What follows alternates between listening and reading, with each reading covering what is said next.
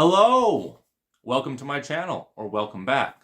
I read 100 books in 2023, 76 works of fiction, and these are my top 10. The only stipulations for this top 10 list, the only little rules I'm adding, is no rereads and only one book per series. Otherwise, A Crown for Gold Silver would definitely be on this list. I love this book. There's actually a link to the book review video in the description below. Unlike many of the other books that are actually on this list, I don't have book review videos on the channel for those books yet, but they are forthcoming. I will get around to it. It's just a very busy time. And starting off our list, at spot number 10, the worst of the best books I read in 2023, we have The Wolf and the She-Bear by Morgan Stang. This book was a lot of fun.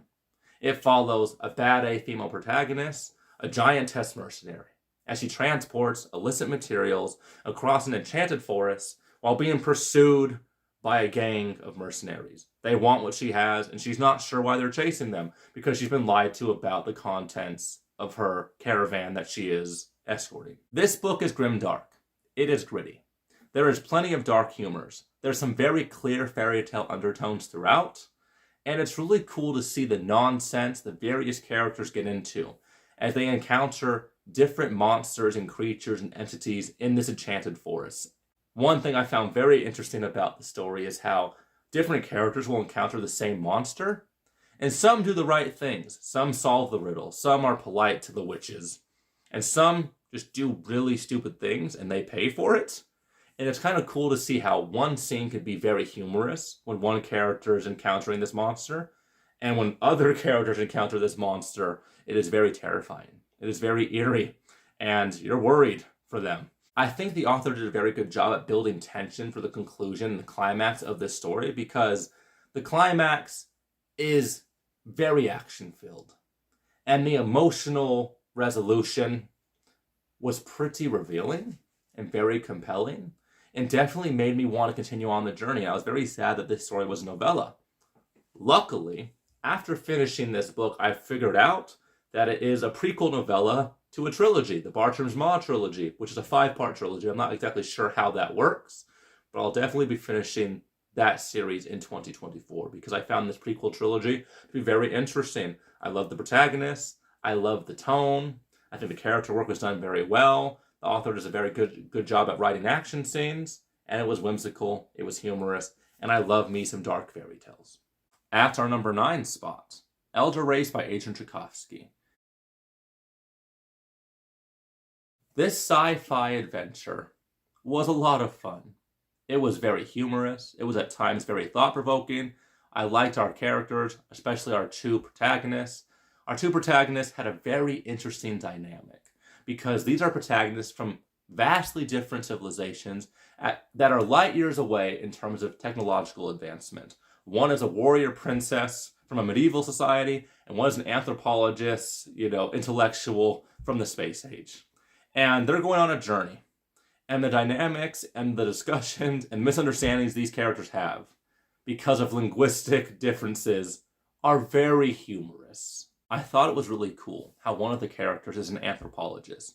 And he's trying to help this medieval society while also at the same time not influencing the society and not trying to kind of reveal too many things about how the world actually works. And another thing I found very interesting about this story was, what is magic and what is science to a medieval culture? It would seem like basically the same thing, because when science advances to a certain point, it seems almost magical, especially if you don't have the words to describe those scientific processes. And, what is science and what is magic is a pretty prevalent theme in this story. And it's kind of funny trying to watch the anthropologist be like, that's not magic, it's just this something that doesn't make any sense. Or, I'm not a wizard or a warlock, I am a scientist, to a nation that has no idea what science is. I found Elder Race to be beautifully written, and there were some very moving and compelling passages about mental health, particularly depression, loneliness, and isolation, that were just chef's kiss, beautifully written, very compelling, very well worded from the author.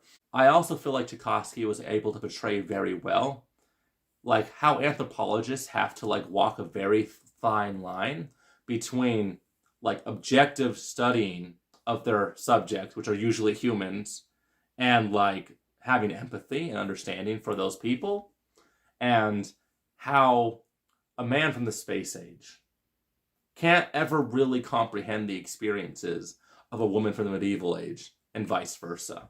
But our protagonists, they try to figure it out. They feel empathy for each other. They're trying to understand each other. And I found the story to be very entertaining and very compelling because they're both trying not to like push each other's boundaries, but to finish this quest that they're on, they're going to kind of have to break the rules a little bit. They're going to have to kind of go against the rules of academia. And just such an interesting, thought-provoking story, which definitely makes me want to pick up some of Adrian Tchaikovsky's larger, more expansive works, because if he could do this in a novella, imagine what he could do with 700 or 800 pages. Book number 8, Unsold by Will White, the first installment in Cradle, perhaps the most successful self-published fantasy series of all time. Massively popular, very well loved. And I'm not going to lie, before picking up Unsold, I knew almost nothing about the Cradle series. All I knew was that it was progression fantasy, whatever that means.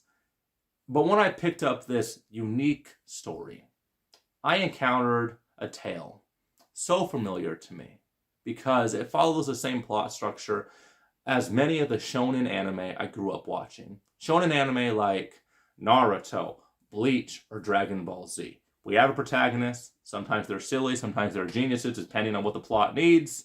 They encounter friends, they encounter enemies. Sometimes the enemies become friends. There's a very, prevalent and obvious power creep as our characters gain in power and ability. And I'm pretty sure at the end of this series, our main protagonist is going to whoop some pretty amazingly powerful big bads. This book put me in a nostalgic mood despite never reading this book, because it just reminded me of how I felt when I was watching Dragon Ball Z and Naruto when I was younger.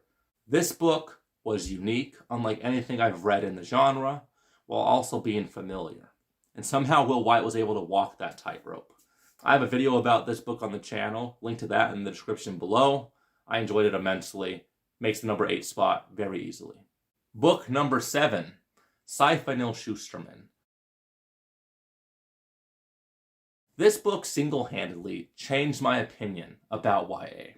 I'm not going to lie, before reading Scythe, I was one of those people who was like, I'm an adult. I'm 28 years old. I'm not going to be able to read a book or a series that is made for teenagers, and I'm not going to find it emotionally compelling or intellectually stimulating. And then I read Scythe, and I was proven wrong because this book was incredibly thought-provoking. It was very philosophical at times. It had me thinking about so many deep themes that a book has never touched on in such a nuanced way before. This book is a masterpiece.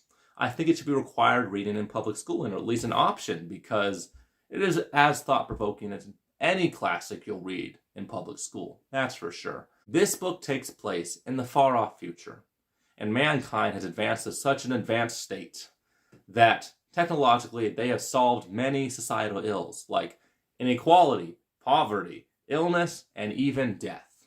That's right. People in this world can restart their clock. They could be eternally youthful. They could continue to have children. They could continue to live their lives for many hundreds of years. They don't even feel pain to the same extent as they used to when they were actually true mortals. And the only way you could die in this world is if one of the Scythes kill you. And Scythes are a special class of individuals that have power over life and death because something has to keep populations in check. The plot of the story follows 2 young teenagers who are Scythe apprentices, and they're trying to earn their robes. And there's a lot of perks to being a Scythe in this society because you have power over life and death, and they're the only individuals that really understand what death is and how important and central it is to the human experience. And in a way, Scythes are some of the last individuals that are truly human in this futuristic world, because the specter, the shadow of death, hangs over the human experience. It tints everything you view in life. It influences art. It influences religion. It influences your future. It influences meaning. And this book discusses so many topics surrounding death in such a nuanced, simple way that I have never seen pulled off before. This book is really masterfully done. Book number 6, The Ferryman by Justin Cronin. This book was confusing. A lot of the plot twists, and there are many, many plot twists, were jarring and disorienting. It's so hard to describe this read without giving away spoilers. I can't put it into a box because this book jumps from different subgenres of science fiction to different subgenres of science fiction. There's probably like 4 genre switches in this book. I could not predict any of the plot twist. It ended in a way in like an entirely different realm than I was anticipating. That being said, when you close this book at the end, it all makes sense. It all makes sense. The ending may not be the most cathartic, but the ending was very realistic. There are some characters you love and some characters that you hate. And their plots, they don't get what they deserve. Very few characters have the perfect fairy tale ending at the end of this journey. And I love some realism in my plot. I hate when everything's tied off perfectly with a bow. And The Ferryman, it could be a frustrating read because I don't think the author really foreshadows many of the plot twists that happen very well. But he made up for it in the end. It's a very compelling read. There's a little bit of political commentary about class struggle in there that you may or may not like. I thought I was done pretty dang well. I enjoyed it immensely. And I love the characters. The characters are very lifelike. They're very realistic. Some of them you will hate.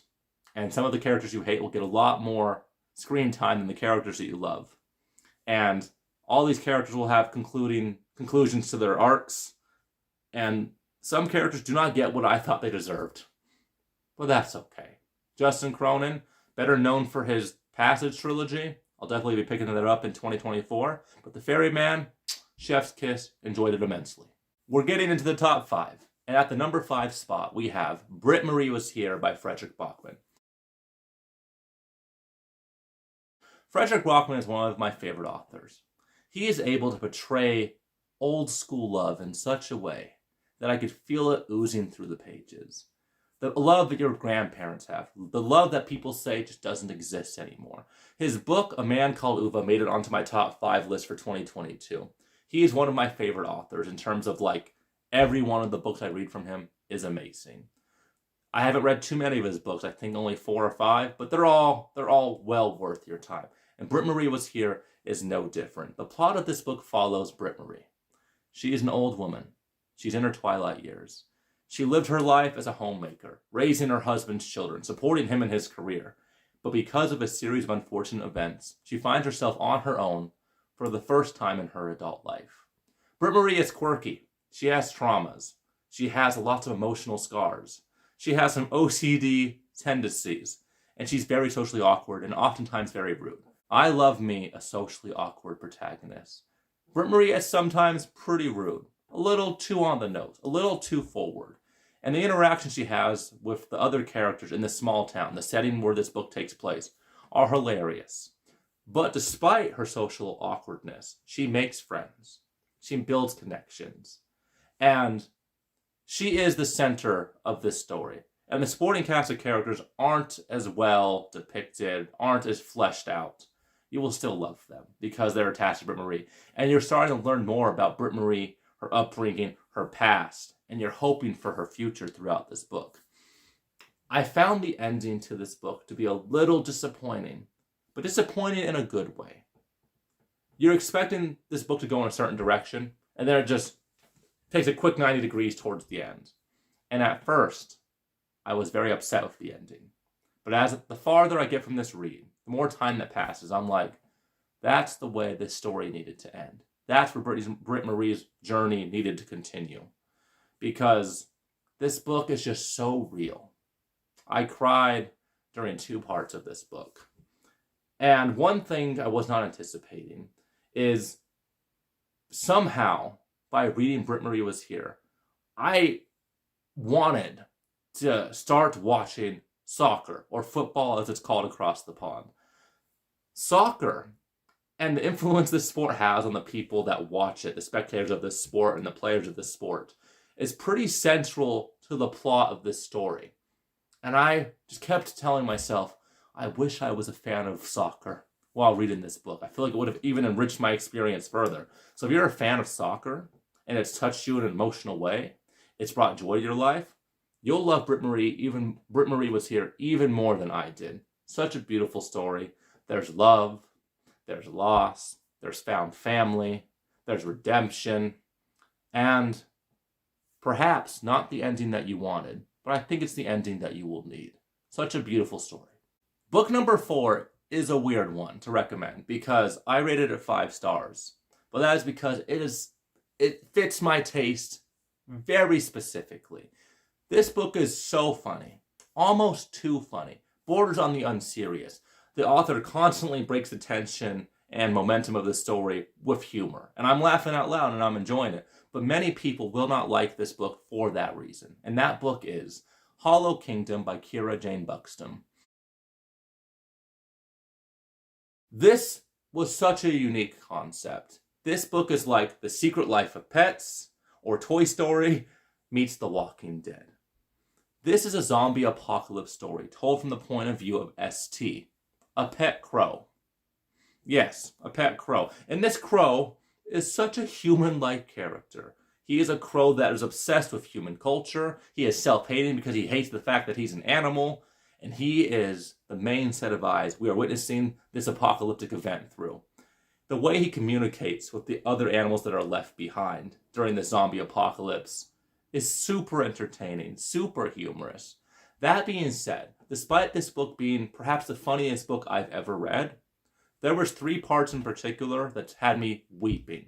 At one point, ugly crying towards the end. 3 great emotional lows. And so many hysterical, humorous moments. ST is a protagonist that's very easy to root for. A lot of the jokes in this book are dated, and I feel like in 5 or 10 years, this book will not be as funny. So read it before it becomes dated, because I just think it's such a flawed masterpiece. I can't wait to film a book review video that focuses just on Hollow Kingdom before I read the sequel, because this book, which is so perfect for my taste, that I feel like a sequel could only ruin it. But it's enjoyable. And if you're a person that doesn't need a read to be serious, if you're just able to laugh at something, you'll really like Hollow Kingdom. At least I hope you will. Book number 3 surprises me because every time I was configuring this list, this book kept making it into my top 5. I finally settled on the number 3 spot. And there's plenty of flaws with this read. The pacing is all over the place. There's plenty of several hour lengths of reading where I was not interested in this book. But the conclusion of this massive 800 plus page book was just incredibly cathartic, incredibly moving. It had me moved to tears towards the end. And this book is The Shadow Rising by Robert Jordan, book 4 of his massive and critically acclaimed Wheel of Time series. The Shadow Rising gets mixed reviews between fans of the Wheel of Time. And that is because there's pacing issues, there's so much descriptions, which Robert Jordan has a very well-earned ill reputation for. So much fluff in his books. And The Shadow Rising, at the center of the plot, is a rather annoying romantic pairing. A pairing that is immature. There's so much miscommunication in this couple, between these 2 individuals, that could just be solved in a nice 5-minute, 1-paragraph conversation. And instead, Robert Jordan's able to use this miscommunication and this immaturity and kind of stretch it across over 600 pages of plot. And it's a little frustrating. But he was able to make me so emotionally invested in this romantic pairing that it had me moved to tears, because these emotions, these feelings of love just grow. And I can't talk too much about it because that would be spoilers for this book and for previous books in the series. But The Shadow Rising, though it is flawed, and at times it really annoyed me and pissed me off and bored me, I just couldn't think of too many more books that I enjoyed more than it. So a flawed masterpiece, The Shadow Rising, at least for me. Book number 2, Priest of Lies by Peter McLean. the first installment in the War for the Rose Crown quartet. Correction. I meant Priest of Bones. The first installment. What I said was Priest of Lies. The second installment, which almost made the list. I picked up this series because it was recommended by Patrick Leo, and he said it was a series that would get you out of a reading slump, and indeed it did. Priest of Lies is like a gangster story in a high fantasy setting. The plot follows a group of men, the pious men, some gangsters that are returning home from war. They have PTSD, they have trauma, and they return to the city of their birth, and a new gang is in control. And this book is just them fighting on the streets, getting back what is theirs. But there's plenty of emotional highs and lows. I cried several times during this little book. There was one part towards the end, maybe like 85% way through the book, where I was weeping. Such a beautiful scene. He burns it all down. That's the only hint I'm going to give you. But such an emotionally riveting scene. Perhaps the most emotional scene I read in the year 2023 was in Priest of Lies. Thomas Piety, our narrator and main protagonist, is so unique. Such a likable, flawed man. But I just feel for him. I feel such great empathy for him. And this book is just written in such a unique voice. A voice unlike any book I've ever encountered before. Priest of Lies will get you out of a reading slump. It will make you want to fall in love with some morally gray and sometimes disgusting and evil characters because they're just better than the enemies. They're better than the antagonists. Such a unique read. Nothing quite like it. I can't wait to finish this series up in 2024. And finally, last but not least, my favorite book from the year 2023. Perhaps one of my favorite books ever. The book that I keep thinking about. The book I wish I could get a mind wipe so I could read it again.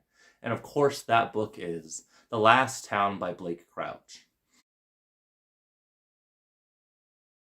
The Wayward Pines trilogy is a sci-fi thriller of a series with lots of twists and turns, plenty of plot twists, so many plot twists you don't see coming, such good, thrilling action scenes, good character work.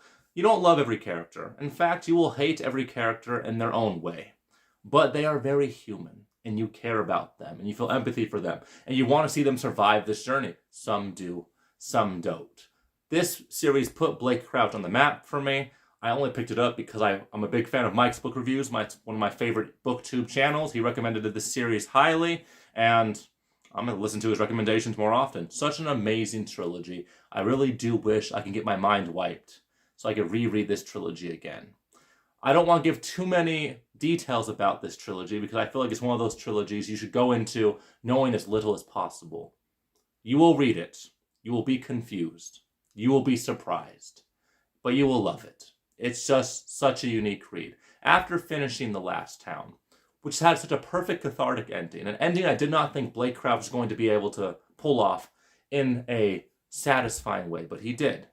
I was just Googling books and series like The Wayward Pines, and I can't find anything like it, and that just makes me sad. So if you have any recommendations for books that are similar in like atmosphere, similar in feel, similar in plot to this trilogy, I'm all ears. So there you have it, my top 10 favorite books from last year. Lots of different genres, lots of different emotions, lots of different stories. I love them all in their own ways, but The Last Town reigns supreme. I think 2024 will have even a better selection of books to choose from. And I can't wait to see how this year goes. Thank you guys for watching this video. If you liked it, push that little thumbs up icon below. Subscribe to my channel if you want to hear me talk about any other books, or if you just want to follow me along for my reading journey. Push the little notification bell so you can get notified whenever I release a new video. And I'll see you guys next time.